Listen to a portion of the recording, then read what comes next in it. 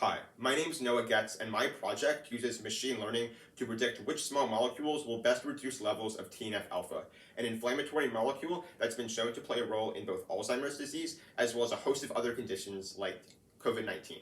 Now, when we talk about inflammation in our day-to-day lives, we usually refer to this vague, murky process without a set meaning.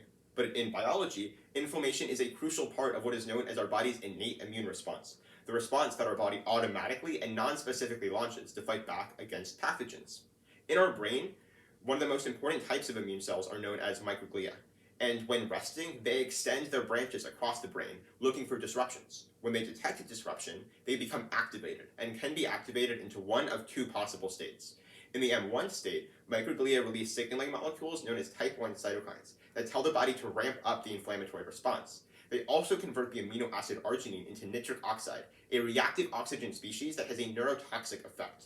Alternatively, in the M2 state, microglia release type 2 cytokines, which tell the body to ramp down its inflammatory response and resolve it. They also convert the amino acid arginine into collagen, which promotes wound repair and tissue stability.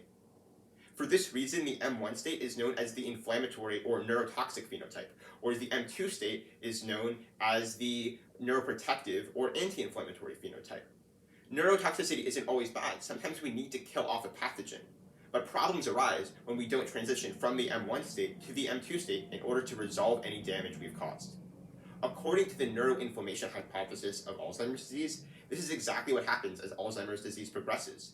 The protein amyloid beta first activates microglia into the M1 state, where they start producing lots of the inflammatory type 1 cytokine, TNF-alpha.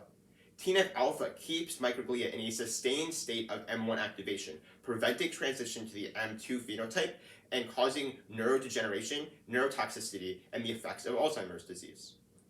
Now, lots of TNF-alpha inhibitors currently exist on the market, and you've probably seen some of them in ads. They're used to treat diseases like rheumatoid arthritis. Unfortunately, all of these drugs are really large in size, meaning they can't cross the blood-brain barrier to be used to treat neurodegenerative diseases. Fortunately, there are researchers like my mentor who are working to identify small anti-inflammatory molecules that can cross the blood-brain barrier and still have these same anti-inflammatory effects. One class of these molecules are known as phenothiazines, and those are the ones that I worked with in my paper. So, one of the issues when in drug discovery is identifying which molecules are most likely to have an effect. Simply swapping out an atom, moving a functional group, can make a super effective compound ineffective or even toxic. So in order to identify which compounds were most likely to be effective, I turned to machine learning, and I employed a type of model architecture known as graph attention networks. And graph attention networks work by operating on the structure of the molecules themselves. Unfortunately, I hit a brick wall pretty soon when I started this project. While graph attention networks have been employed to calculate the solubility or toxicity of compounds, these are properties that have been computed for hundreds of thousands of compounds, making machine learning relatively easier to conduct because of the large dataset size. Conversely, not lots of compounds, especially phenothiazines, have been screened for microglia TNF-alpha levels, making machine learning relatively harder.